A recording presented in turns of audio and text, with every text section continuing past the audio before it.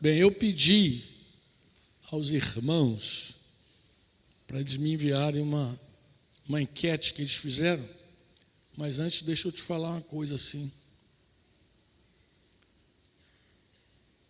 Eu ontem comecei a reunião 20 horas, uma reunião que demorou aí acho que 5 horas e pouco, 1h28, foi Denise falou, que hora que você entrou? Eu falei, era 1h28 quando terminou a reunião. Que tema leva 5 horas e meia conversando? Eu vou te falar qual era o tema proposto, né, pelos irmãos. Os irmãos estão nos Estados Unidos, um grupo está nos Estados Unidos, outros estão ali no Nordeste, Salvador. O tema era casamento e divórcio. A gente escreveu um livro há um tempo atrás. Esses irmãos eles tinham uma visão doutrinária sobre o assunto. Acho que hoje eles estão em crise com essa visão e eles queriam me ouvir. É a segunda reunião que a gente faz com essa turma, conversando sobre isso. Agora imagina uma conversa de 5 horas e meia sobre um tema que envolve família, envolve união, envolve... Mas depois eu quero te falar algo que me veio ao coração ao final de 5 horas e 28 minutos, é o final daquele assunto. Depois eu quero falar. Se eu me esquecer, alguém me lembra. Franco, não esquece aí da conclusão da reunião lá com o pessoal dos States lá. Bem, eu pedi ao Sérgio que me enviasse uma enquete que ele fez, que eles fizeram, o grupo, a comissão fez, com alguns de vocês. Eu creio que nem todos participaram, nem todos responderam, mas se você fosse responder, talvez fosse uma boa hora de você pensar que tema isso aí te interessa, né? A pergunta que os irmãos fizeram justamente foi esse: qual tema abaixo você gostaria de ouvir, de receber, até de aprender, para melhorar um pouco mais, né, seu relacionamento, seu casamento? E aí começaram a abrir as caixas, né? A primeira, crises de relacionamento. Essas brigas, essas confusões que acontecem no casamento.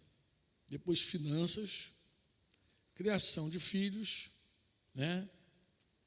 Colocou aqui filhos desanimados, desviados, né? Como ajudar os filhos que estão longe do Senhor. Entendendo os papéis, né? Aquele entendimento sobre os papéis de cada cônjuge, né? Qual o papel do marido, qual o papel da esposa. Mau uso do celular, botaram aqui. Mau uso do celular, meteram aqui na enquete. E exagero em jogos, séries, vídeos, né? E relacionamento conjugal, sexual, relacionamento íntimo. Eu não tenho aqui o resultado dessa enquete. Eu lembro que naquela ocasião os irmãos até me enviaram o resultado assim e tal. Mas eu falei, irmãos, acho que não tem assim como pegar um tema desse e dizer assim, vamos ministrar um tema desse no retiro de casais, né? Escolhe um tema aí. Por quê? Quando a gente está numa plateia como essa plateia, embora são casais, ela é muito heterogênea. Aqui você tem casais que estão recém-casados. Tem casais que já estão há alguns anos casados. Tem gente que tem filho pequeno, tem gente que tem filho adolescente, tem gente que tem filho adulto. Tem vovô já sentado aqui. Só tu olhar aí para o Sérgio todo, ver aí os caras, vovô aí da parada. Está com 6 já, Sérgio? Eu estou chegando aí, estou com 5. Então, dá tempo ainda, dá para recuperar. Depende da turma se animar. Não, o Daniel e Yasmin, não vou colocar essa carga mais para eles, não, tá? Pode ficar tranquilo. Só quem pode pensar nisso é Rafael e Débora. O Daniel e a Yasmin chega, né? Tá bom, né? Se bem que se vier também, a gente não reclama, não, né, Débora? A realidade de cada casal vai mudando. Então, tem gente que, se fosse escolher aqui, pô, cara, eu queria muito falar da nossa tensão conjugal. A tensão conjugal intensa. A gente briga muito, a gente tem tido muitas dificuldades de relacionamento. Embora a melhor forma de lidar com isso não é ouvindo uma pregação, tá, amados? A melhor maneira de lidar com isso, de fato, é sentando e sendo pastoreado. Essa é a real. É a real. Tem muitos assuntos aqui que a melhor coisa para você é ter de verdade um apacento, um discipulado. Nem que seja para você chegar lá e falar um monte de bobagem, mas você poder abrir teu coração. De verdade, essa é a melhor maneira. Porque você não vai só ouvir, você vai falar também. E quando você fala, a pessoa que está te ouvindo pode discernir você. Pode ajudar você de fato, de verdade.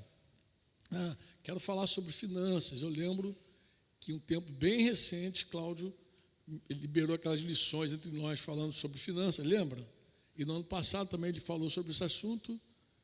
Um tempo bem recente ele falou sobre finanças. Eu escrevi um livretinho há muitos anos, que deve ter na livraria, falando sobre Matando a Cobra, que também toca o assunto financeiro, mas também é mais um tema que fica muito melhor quando você senta e conversa, né? E você não só fala sobre finanças, você pode sujeitar suas finanças, prestar contas a alguém da vida financeira. E o resultado é outro também. Tá, amado? Estou falando isso de boa para você. Por quê? Porque eu estou corrigindo tua expectativa. Porque alguém pode achar que no encontro desse de casais se resolve tudo. E isso não é verdade. Mesmo que você fale os 3 dias direto sobre um assunto. Você pode ouvir, ter a informação correta, mas não ter o coração disposto a viver. Porque uma coisa é você saber, outra coisa é você praticar. Eu não acredito que essa geração de casais que está aqui, tem algumas gerações, tem mais de uma, é uma geração ignorante sobre a vontade de Deus. Eu não creio, eu não consigo crer nisso, amados. Eu creio que é o povo mais instruído do que eu já conheci lá atrás.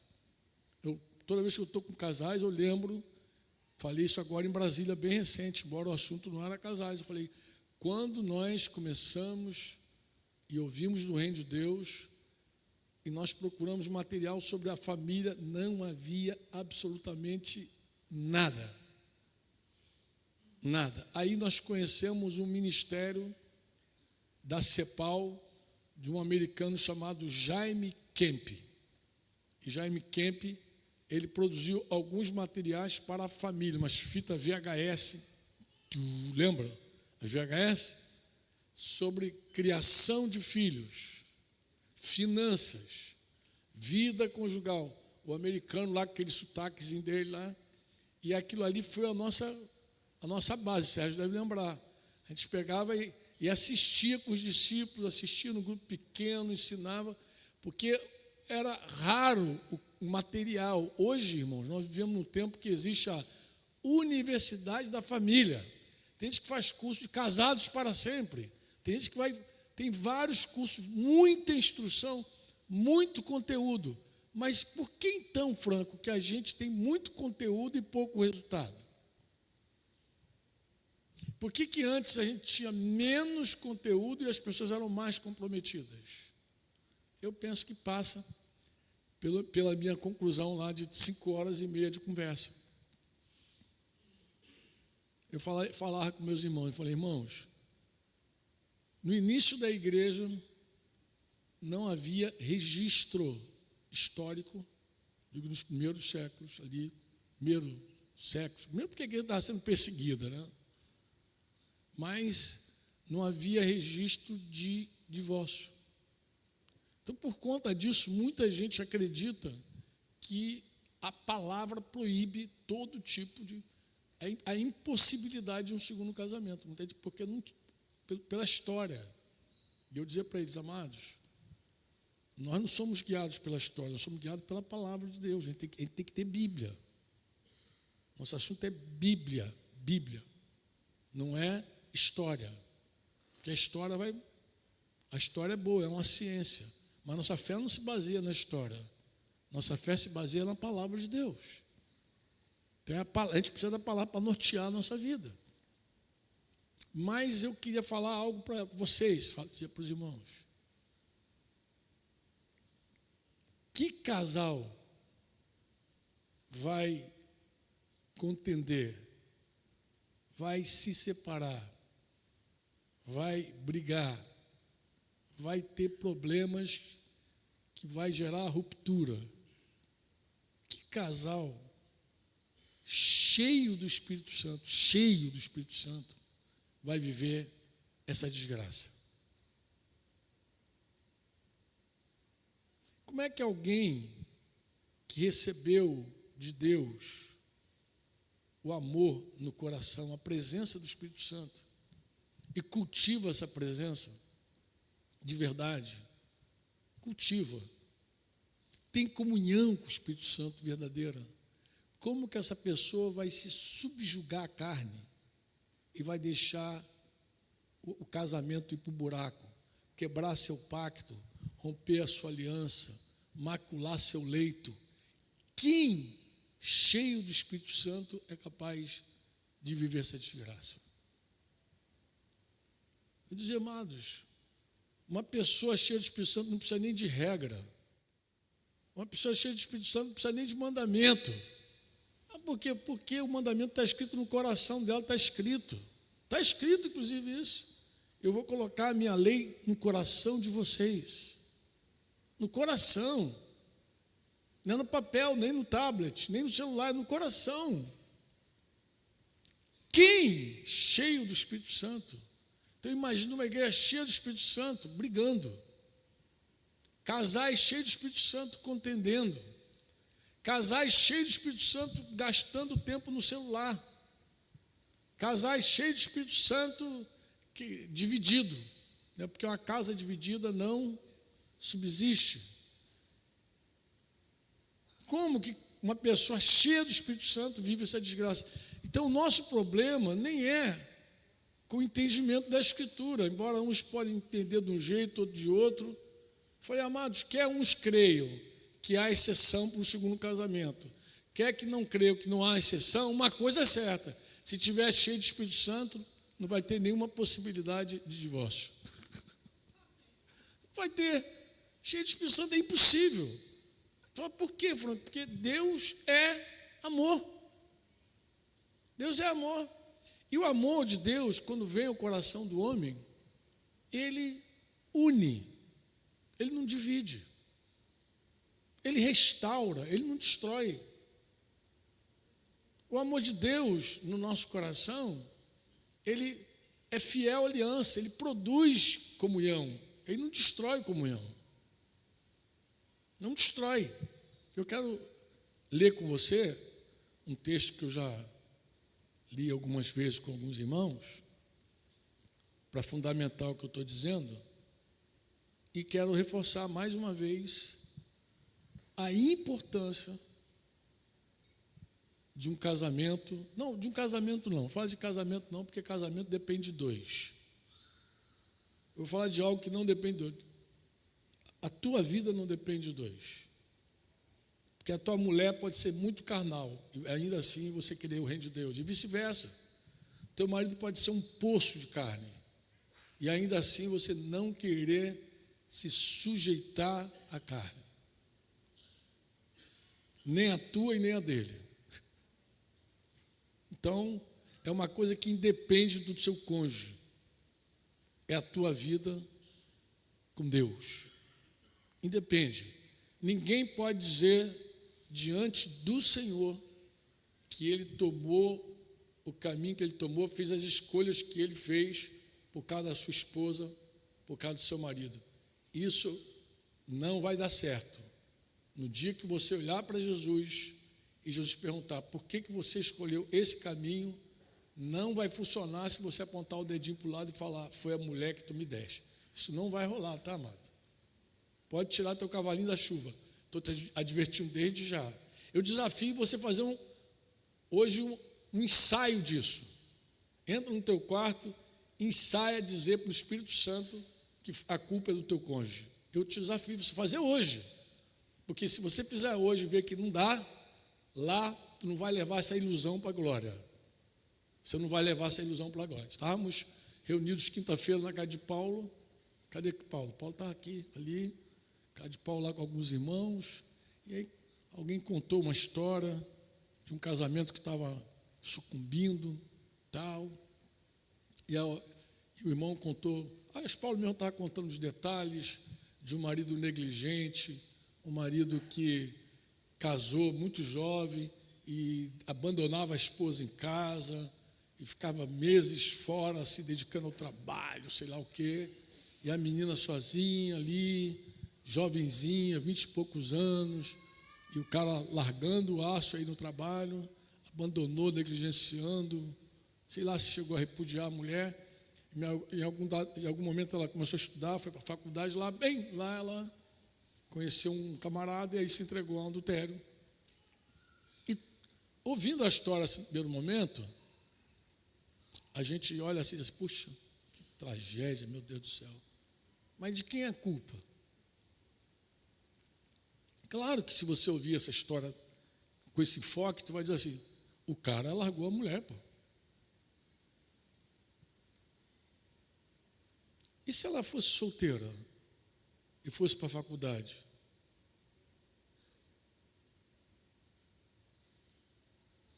E aí a pergunta que não quer calar.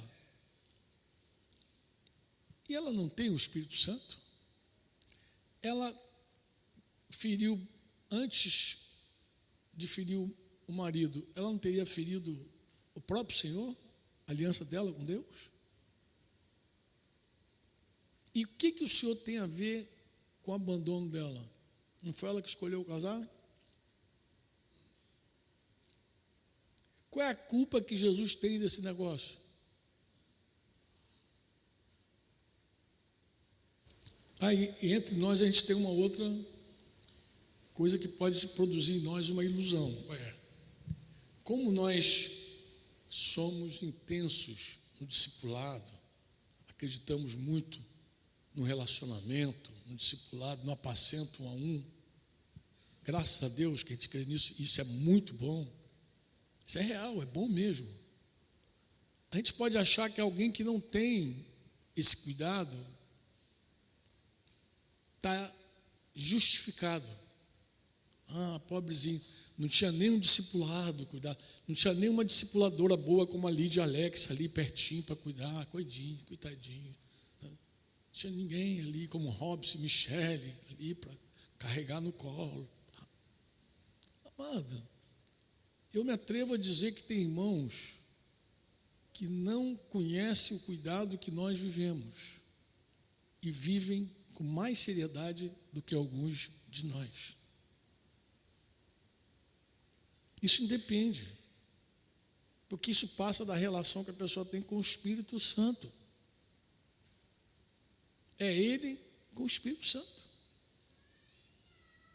A solução final de Deus foi trazer o Espírito Santo de volta para o homem.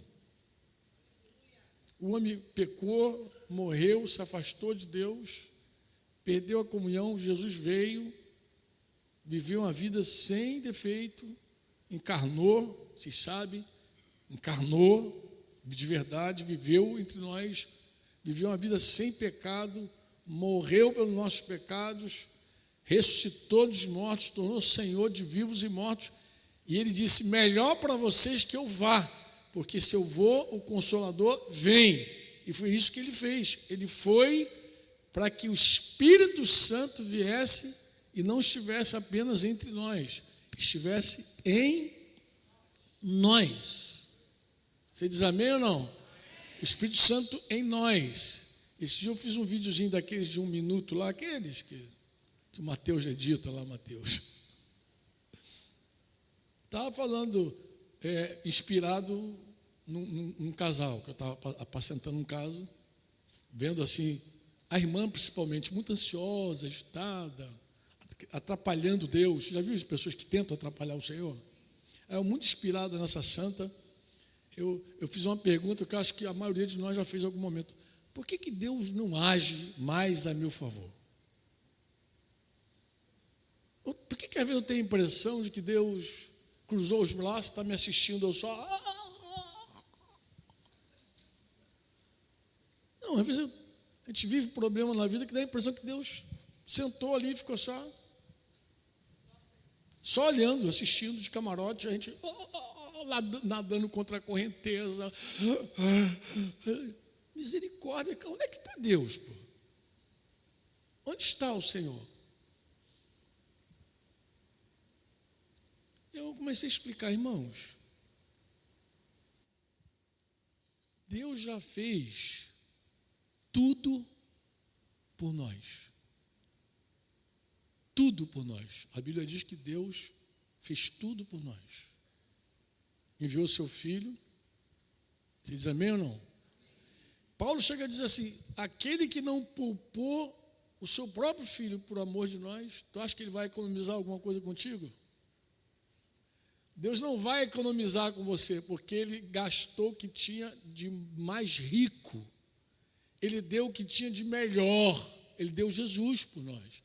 Então Ele não tem mais nenhuma economia com a gente. Ele já fez tudo por nós. Então qual é o problema, Franco? É que Ele segue trabalhando em nós. Ele fez tudo por nós, mas tem uma obra para ser feita em nós. Entre nós e através de nós. E Deus segue trabalhando. Ele começou uma obra. Estamos em obra. Você diz amém ou não? Só que quando é essa obra em nós, aí a gente começa a atrapalhar. Porque é em nós, entendeu? O que Ele fez por nós, a gente não pôde nem atrapalhar, porque a gente nem estava aqui para atrapalhar. Talvez, se a gente estivesse lá, crucificam, talvez estivesse atrapalhando também de algum jeito. Mas a gente não atrapalhou a obra que Jesus fez por nós. Graças a Deus. Você diz amém ou não? Não impedimos, não colocamos a rocha na porta do templo, não tentamos impedir a ressurreição, a gente não atrapalhou a obra que Ele fez por nós. Mas, irmãos, o que nós atrapalhamos a obra que Ele faz em nós, entre nós, misericórdia. Misericórdia, a gente é muito carnal, gente, tô falando sério. O povo, rapaz, a gente é muito duro. E Deus vai proporcionando coisas na nossa vida, a gente quer mudar os planos de Deus em detalhes. Estava contando para um casal amado, estava muito ansioso com alguma coisa. Eu lembro quando Daniel era pequeno, Daniel, meu filho que está lá atrás, com Yasmin, e ele ficou muito doente. Eu acho que eu não estava em casa, eu estava viajando quando ele foi internado. Estava, né? Estava viajando, quando eu voltei ele estava internado. Estava internado no Rocha Faria. E aí, lá vou eu para o Rocha Faria, lá, eu estava sentado lá fora, lá do Rocha Faria, Denise lutando lá dentro, Daniel, eu lá fora, orando, conversando com Deus.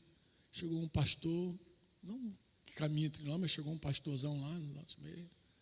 E ele, querendo me consolar, começou a falar assim, Francão, a gente vai ter que tirar esse menino daqui. Eu falei, por quê? Isso aqui é um matadouro.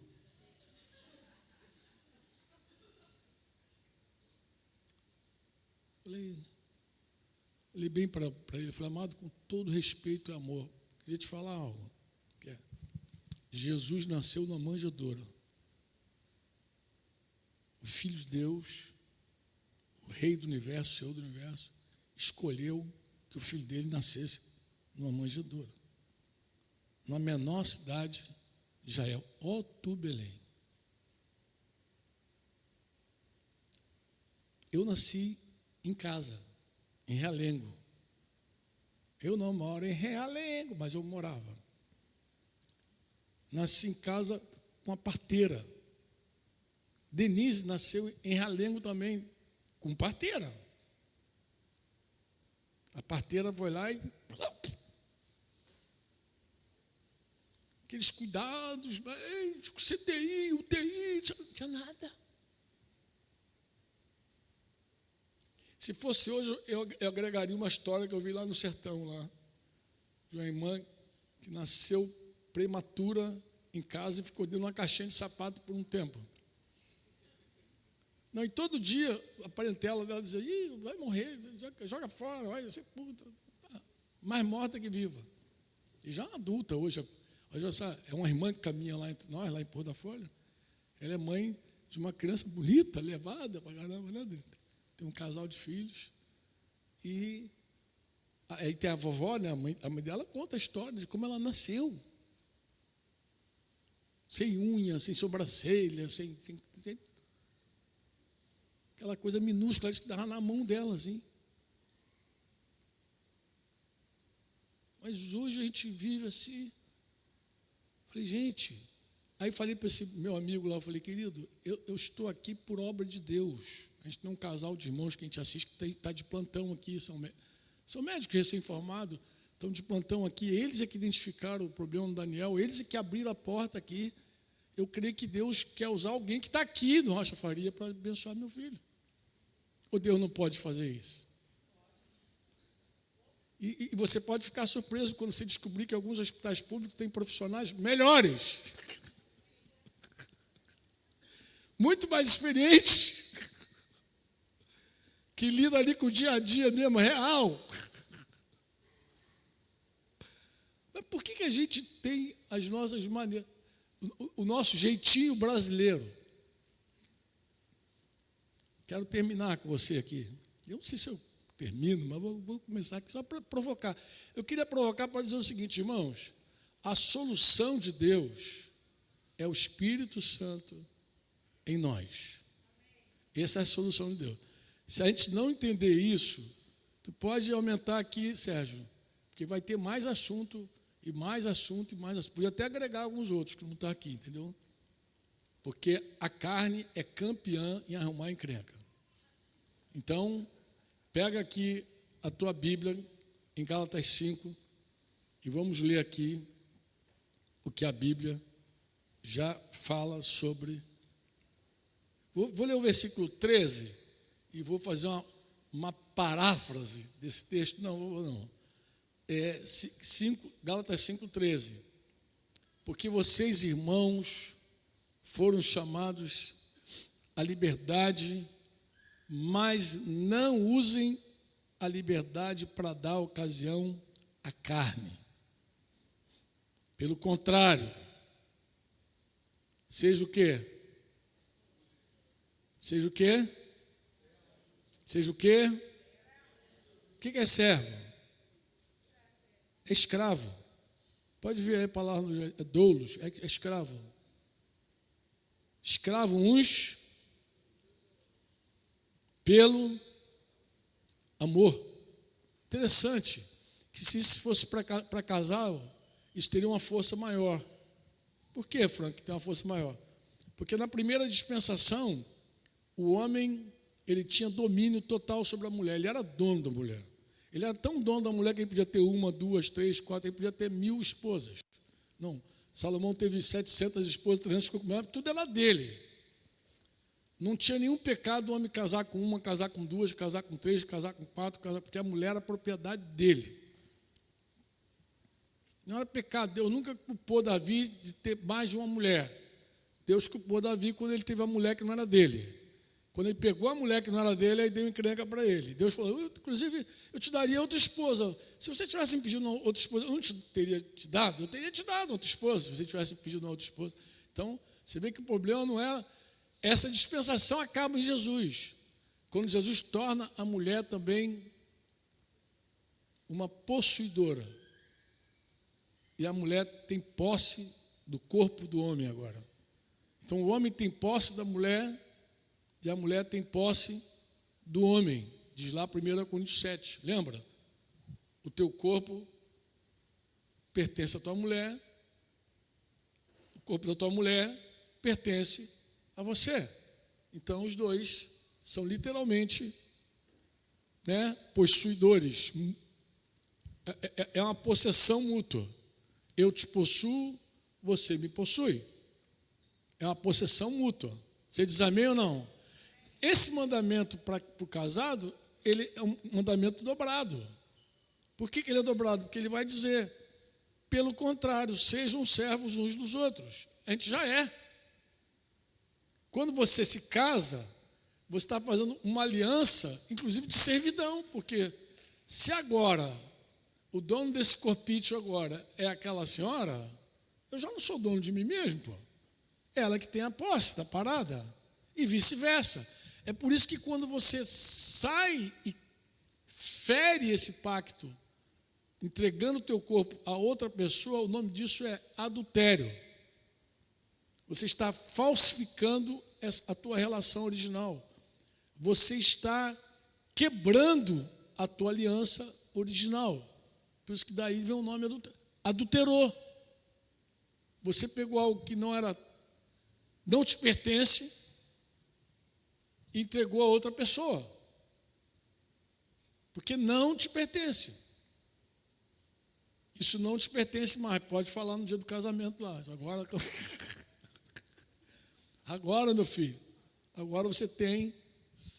Eu até explicava isso para os irmãos ontem, da consciência, né? O cara coloca uma argolinha no dedo, a menina coloca uma argola no dedo, ela está mandando uma mensagem para todo mundo. Eu tenho alguém que me possui. Quando você vê uma pessoa em qualquer lugar e vê uma aliança no dedo, é casado. Se está na direita é noivo. Se está na esquerda é casado. Casado significa o quê? Alguém possui essa pessoa. Paulo está dizendo que a gente não dá lugar à carne, embora o tema aqui é liberdade, engraçado, porque eu estou casado, mas estou livre. Deus nos chamou a liberdade, mas nós não devemos usar a nossa liberdade para dar lugar, ocasião à carne, dar lugar à carne. Pelo contrário, nós devemos ser escravos, servos uns dos outros, pelo amor. Pelo amor. O que permite a gente servir de coração alguém é o amor verdadeiro. A letra não é suficiente, não vai fazer esse milagre em você. Daí ficar discutindo se pode, se não pode, se pode, se não pode, não vai levar você a lugar nenhum. Porque tem gente que só quer uma base na Bíblia para poder fazer. Porque o amor vai te limitar sempre. Tu quer uma prova cabal disso? Tem gente que lê a Bíblia e diz, eu posso beber, pô. Não é pecado beber. Ah, tá bom, é. Mas como lidar com pessoas que sofrem o trauma da bebida? Eu conversei esse assunto ontem também. Como lidar com gente, porque é quase impossível tu chegar numa família que não tem alguém que tenha um trauma com alcoolismo. Ainda mais no Brasil. Nós não somos chilenos que por cultura a gente senta à mesa e pega uma garrafa de vinho e abre como uma coisa natural, faz parte da cultura dos caras. A gente não é assim. Na hora que você senta numa mesa, bota uma garrafa de cerveja, coisa e tal, o cara já, opa! Já é. Vai descer redonda. O brasileiro tem outra cabeça, mano.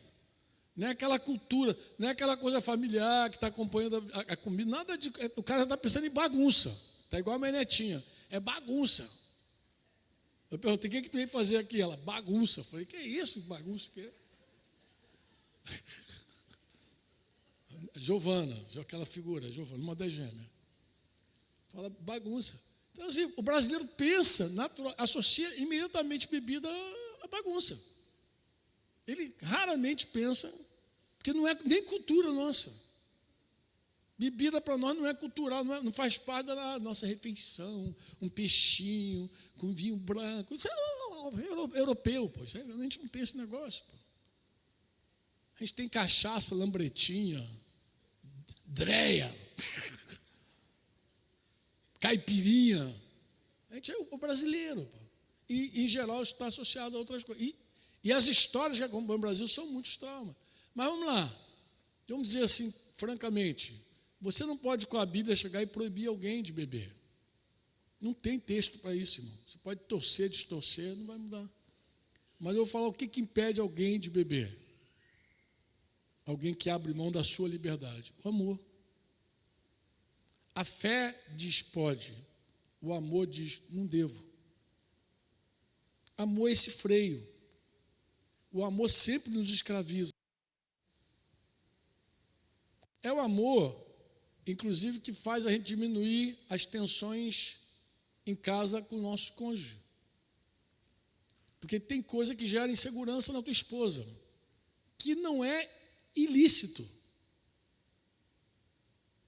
Tem coisa que você faz que é lícito, mas que ela fica insegura. E vice-versa. Tem coisa que é lícito para a mulher, mas deixa o cara inseguro. O que o amor faz nessa hora? Ele abre mão da liberdade dele, por amor. Não, isso aqui me é lícito, mas não me convém, pô. O amor tem essa força. Versículo 16, digo, porém, o seguinte, vivam no Espírito, é uma lei, tá, mano? Vivam no Espírito e vocês jamais satisfarão os desejos da carne. Só tem uma forma de vencer os desejos da carne, qual é? A vida no Espírito. Então, às vezes a gente fica pensando assim, por que o Novo Testamento não carrega mais assuntos sobre a vida conjugal? Eu vou falar do meu entendimento. Não precisa. O que tem aqui para você viver e agradar a Deus já é suficiente para você abençoar a tua família. Qualquer relacionamento. Por exemplo, se você pega esse mandamento aqui e aplica ele, não, eu vou viver no Espírito, essa é a lei, vida no Espírito, e eu não vou satisfazer os desejos da minha carne. Vamos para lá para o versículo seguinte e vamos entender isso melhor. Porque a carne, ela luta contra o Espírito. Então a tua natureza, a minha natureza, ela luta contra o Espírito que foi derramado em nossos corações. Romanos 5,5, lembra? O Espírito foi derramado em nossos corações. O amor só está aqui porque o Espírito foi derramado em nossos corações. Está lá Romanos 5,5. Mas a minha natureza, ela não convive bem com a presença de Deus na minha vida. A minha natureza é inimiga. Aí você fala, Franco, por que, Franco? Eu vou dizer o que eu penso, tá, amados? É o seguinte, toda carne é orgulhosa, autocentrada. O que a carne tem como marca registrada? Eu vou dizer. Diga comigo assim, vontade. Não, mas fala com vontade. Fala assim, vontade. Fala, vontade. Estou com vontade. Isso é o que é a marca da carne. Se você puder entender o que é a carne, é quando você chega no cerne da vontade humana. A gente vai ler isso aqui. Vontade. Por que nós temos uma briga constante dentro de nós? Porque nós temos a nossa própria vontade. E aquele que vem habitar em nós tem a vontade que é boa, agradável e perfeita. Que, em geral, não combina com a nossa nunca. São opostas. Ele tem uma vontade, a gente tem outra. Agora imagina, vou ilustrar assim, você resolveu levar tua sogra para tua casa, morar contigo. Ou o sogro, né? O sogro.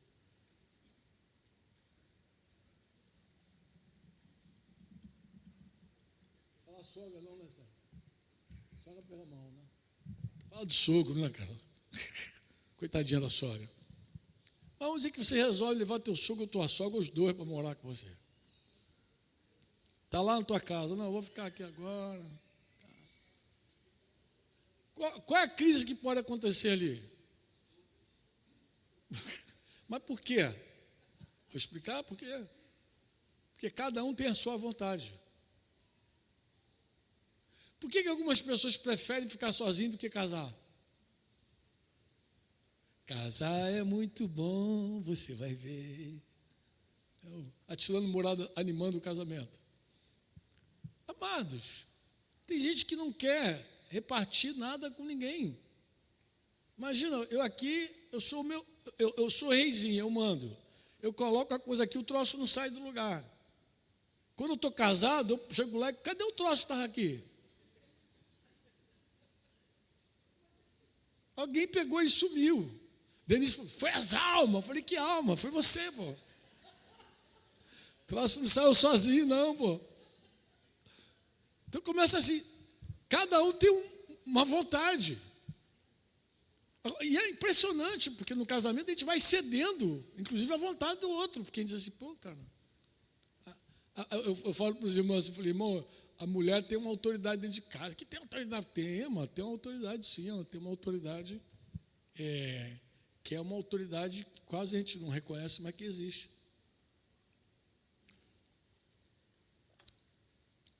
Que é uma autoridade funcional.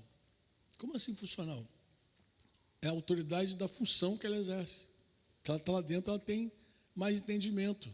Ela é dona da casa, ela está dentro de casa, ela sabe tudo dentro de casa. O que precisa, o que não precisa, coisa e tal. Então, de verdade, você chegar lá e querer mandar na tua mulher, dentro da tua casa, você está sendo tolo.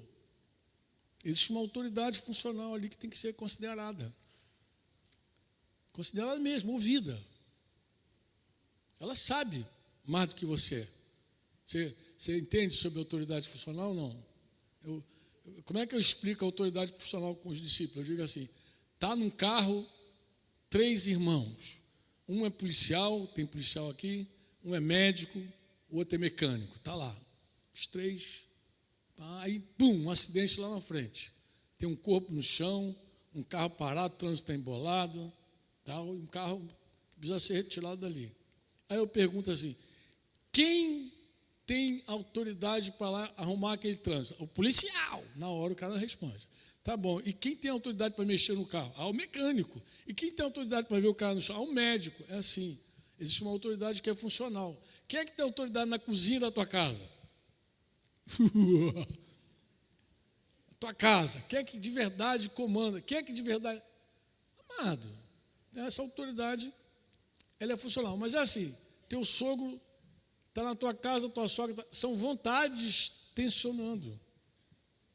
Mas quando você casa, também tem vontade tensionando. E você tem que ter muita sabedoria, discernimento para saber. Não, o cabeça aqui sou eu. Amado, menos. O cabeça aqui é Cristo. Diga assim, amém? Diga assim, o cabeça é Cristo. O cabeça de todo homem é Cristo. O cabeça é Cristo, porque Cristo sabe tudo. Você diz amém ou não? Inclusive, em muitos momentos, você vai precisar de verdade se humilhar mesmo e dizer, diz aí, filha, qual é a parada? E ela vai dizer, isso é assim, assim, melhor assim, acabou. É desse jeito, acabou. Não se discute. Qual é a briga que tem aqui dentro de nós? Leia comigo. Vamos ver aqui. Versículo 17. Porque a carne luta contra o espírito. O espírito luta contra a... Por quê? São o quê? Entre si. Mas qual é o propósito dessa luta? Onde o Espírito Santo quer nos levar? Leia. Para que vocês, não, com vontade, forte, para que vocês não façam o que... Aí é que está a atenção. O Espírito Santo vem morar nessa casa e começa uma luta intensa, porque ele tem a vontade dele e eu tenho a minha. E aí começa uma queda de braço. Mesmo que eu venha aqui na reunião e cante, que ele cresça, que eu diminua. Saiu daqui, foi abaixar o braço, já começa. Atenção, não é uma coisa simples, estou falando sério. Na boca é fácil, na boca é mole, mas é uma tensão diária, é uma guerra contínua, sem trégua. Sem trégua. O tempo inteiro o Espírito Santo aponta o caminho, eu quero outro. Olha para a nossa vida, olha para o nosso dia a dia, amado. Agora pega tudo que esses irmãos colocaram aqui de problema e vê se tudo não passa por esse grande problema aqui, que aqui começa todo o nosso problema. Se eu não afino com Deus, como é que você acha que vou afinar com a minha mulher, cara? Eu não afino com ele, pô. Não tem como. Eu tinha uma forma de afinar violão quando eu era jovem. Embora meu violão não está nem lá em casa. É bom eu falar assim alto para ver se o irmão devolve, né, cara, meu violão. Fala, Deus. Fala, Senhor. Eu pegava essa corda maior aqui, ela é a Mi, né? É Mi. Mi e Mi. Então, esse Mi aqui, que está com essa gravata aqui em cima, parece uma gravata, mas não é gravata não. Esse Mi aqui, eu encontrava aqui o som do Mi com um bordão. Era bordão, aquele negócio de diapasão, né? Diapá. A gente botava na boca só para assim. Fazia um sonzinho com a boca, afinava o diapasão. Então, afinou. Depois que afinou essa corda, eu afinava as outras. Ruim de ouvido pra caramba, só a misericórdia. Mas eu fazia assim, afinava uma, afinava tudo. Se eu não afinasse essa primeira, meu irmão, eu não tinha referência para mais nada. Eu não tinha como afinar as outras. Um dia, eu lembro que eu estava numa dessas crises conjugais sérias. Estou mais de 40 de casado, meu velho. Quantas brigas tu acha que já rolou aí nesse negócio? Quantas confusões. E aí, nem tem, a gente vai saber disso lá na glória. Quando o anjo abriu o livro, a gente vai ver os conflitos. Estou brincando. Mas assim, brincando não, que teve muita confusão, não estou brincando não, estou falando sério, estou falando do livro, o livro do anjo. Mas assim, estava na crise dessa e Deus falou comigo assim, exatamente isso, você precisa afinar comigo. Você não tem como afinar com ela se não afinar comigo. Você não tem referência. Você não vai ter referência para afinar o teu relacionamento se você não afina comigo primeiro. Tudo começa comigo. Eu comecei então. Aí ele me deu esse exemplo do violão. Ele falou, afina comigo. Quando você afinar comigo, tu vai ver. Você vai afinar com a tua esposa, vai afinar com os teus filhos, vai afinar com os discípulos, com o trabalho, com tudo, todos os teus relacionamentos, vai dar tudo afinadinho. Se você desafina comigo, é uma loucura tentar afinar de outro jeito. Não vai dar certo. Não tem harmonia. O pecado, irmão, quebrou a harmonia do que era perfeito. A natureza humana, ela quer prevalecer ainda, a vontade dela ainda está ali. Paulo não diz que acabou a vontade, Paulo diz que a vontade está ali. Paulo não disse, o Espírito Santo está tranquilão, morando, porque agora você é um crente sem vontade. Ele diz isso? Ele diz isso? Não, o que ele diz? Ele diz que temos o Espírito Santo lutando dentro de nós, para que a gente não faça o que a gente quer.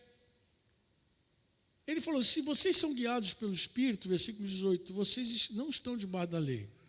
E agora vem as obras da carne. Eu quero ler com vocês. As obras da carne são conhecidas. E são. Aí tu vai ver todos os problemas que a gente enfrenta quando a carne ganha. Imoralidade sexual.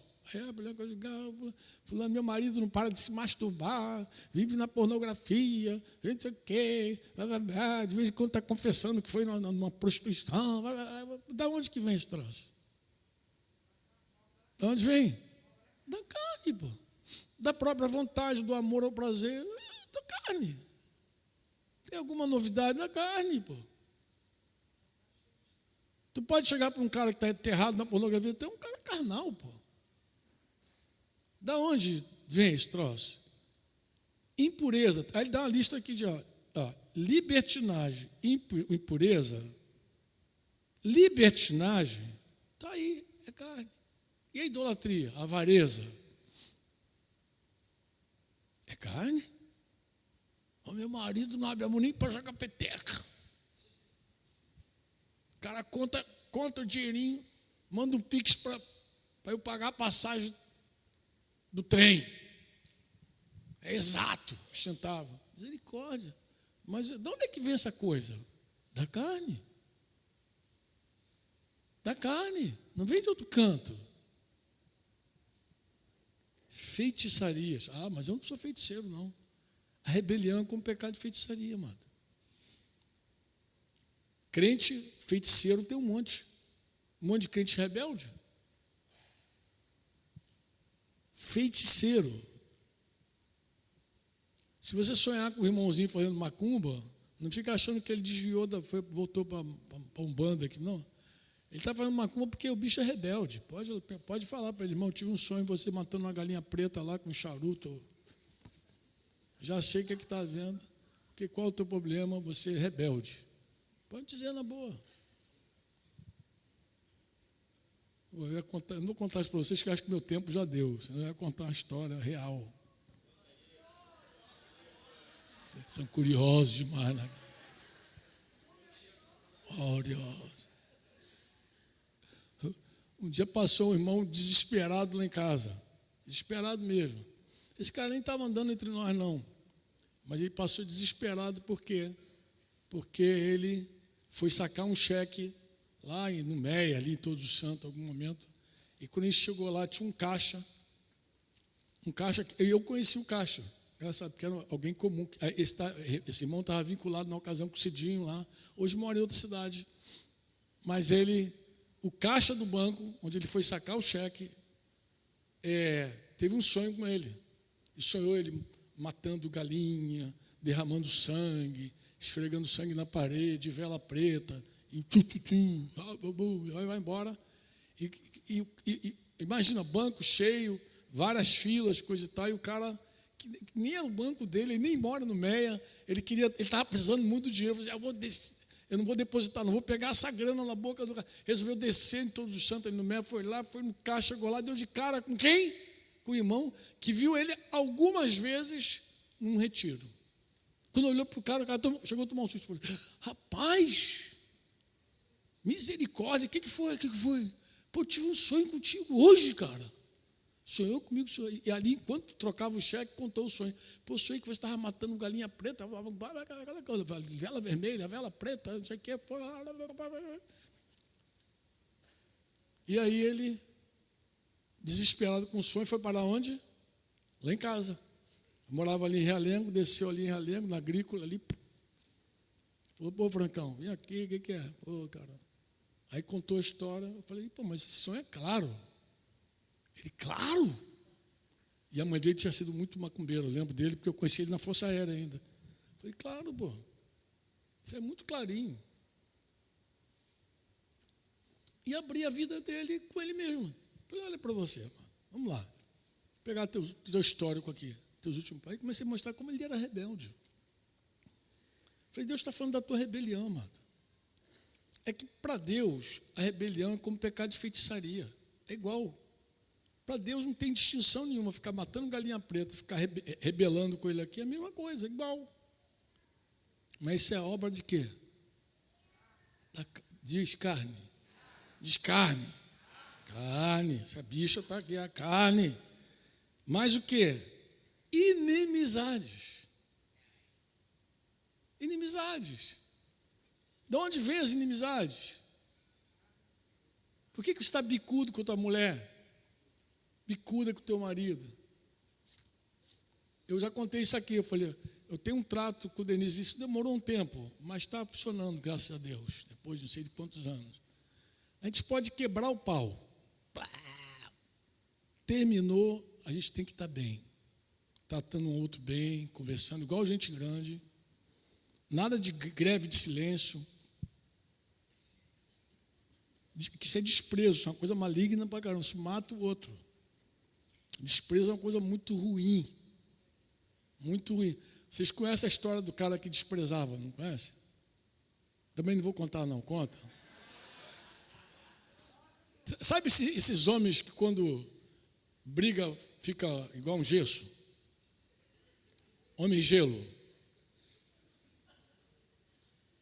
Brigou lá com a irmã, já fica. A mulher já sabe, agora vai falar o mínimo necessário. Tem homem que fica 2, 3 dias sem falar com a mulher. E fala o mínimo. Quando a mulher pergunta alguma coisa, tipo assim, você me machucou. Você agora tem que sentir agora o desprezo. Aí ela vai falando, ele, não sei o que. E aí, conta a história de que uma noite ele chega para a mulher e fala assim: me acorda amanhã às 6 horas que eu tenho um compromisso. E ela que acordava ele. No mês seguinte ele acordou às 8 horas, desesperado. E tinha um bilhetinho do lado de Deus: meu bem, são 6 horas, acorda. A mulher gosta desse trabalho. Como se vocês também não fossem carnais. Como se as mulheres também não fizessem a mulher de gelo. A mulher de gelo. Claro que tem a mulher de gelo. Mulher de gelo também tem. Inimizades. Rixas. Mais o quê? Ciúmes. Mais o quê? Mais o quê? Mais o quê? Olha o divórcio aí. Divisões. Mais o quê? Facções. Mais o quê? Inveja. Mais o quê? Bebedeira. Olha ela aí. Mais o quê? E mais o quê? Coisas semelhantes a essa. Declaro a vocês, como antes já os preveni, que os que praticam tais coisas não herdarão o reino de Deus. Você pode dizer assim: mas Franco, isso aqui não tem nada a ver conosco. Tem tudo a ver conosco. Paulo está escrevendo para a igreja isso aqui, amado. Está falando para os irmãos: não viva na carne, amado. Não atenda a carne. E se você atender a carne, meu querido, pode fazer 1000 encontros de casais. Pode fazer 10 cursos casado para sempre. Casado para sempre, eternamente casado. Pode fazer Universidade da Família, pós-graduação, DD, HD, GG e vai embora. Pode fazer o que tu quiser. Se você atende a carne, você não tem futuro. Nem para o reino de Deus, quanto mais para o teu casamento. Não tem futuro. Vamos terminar lendo a coisa boa. Mas o fruto do Espírito não são frutos não, tá, amor? É singular. Fruto. O fruto do Espírito é. Então você tem que pensar em uma tangerina, em algo assim, que é um único fruto com alguns gomos. Assim, uma coisa. É o fruto do Espírito. O que é o fruto do Espírito? Diz aí. Ó, começa com ele. Amor. Diga amor. Mas o quê? Alegria. Homem gelo não rola nessa alegria, meu irmão. Terminou as tensões, volta a sorrir. Porque o reino de Deus é paz, é justiça e alegria no Espírito. Casal não concorda sempre. Nem presbitério concorda sempre. Não existe negócio de concordar, não tem, irmão. A nossa unidade não passa pela nossa concordância. A nossa unidade, ela sobrevive por causa do amor. Amém? Amor, mais o quê? Alegria, mais o quê? Longanimidade, benignidade, bondade. Parece que benignidade e bondade parecem a mesma coisa, mas não. Benigno, usando a figura aqui do empregado, vou usar o empregado e patrão, tá? Benigno é aquele empregado que você contrata ele para fazer X e o cara faz XY. 2x. Cara, ele é benigno. Ele não está ali pelo dinheiro, ele está ali porque ama o que faz e dinheiro é consequência. A pessoa benigna, ela transcende a bondade no serviço. Ela é benigna. Você tem uma pessoa que trabalha contigo que é benigno, ela vai além, ela folga, ela sempre transborda. É uma pessoa benigna. E uma pessoa bondosa, aqui eu vou pegar a figura do senhor da vinha.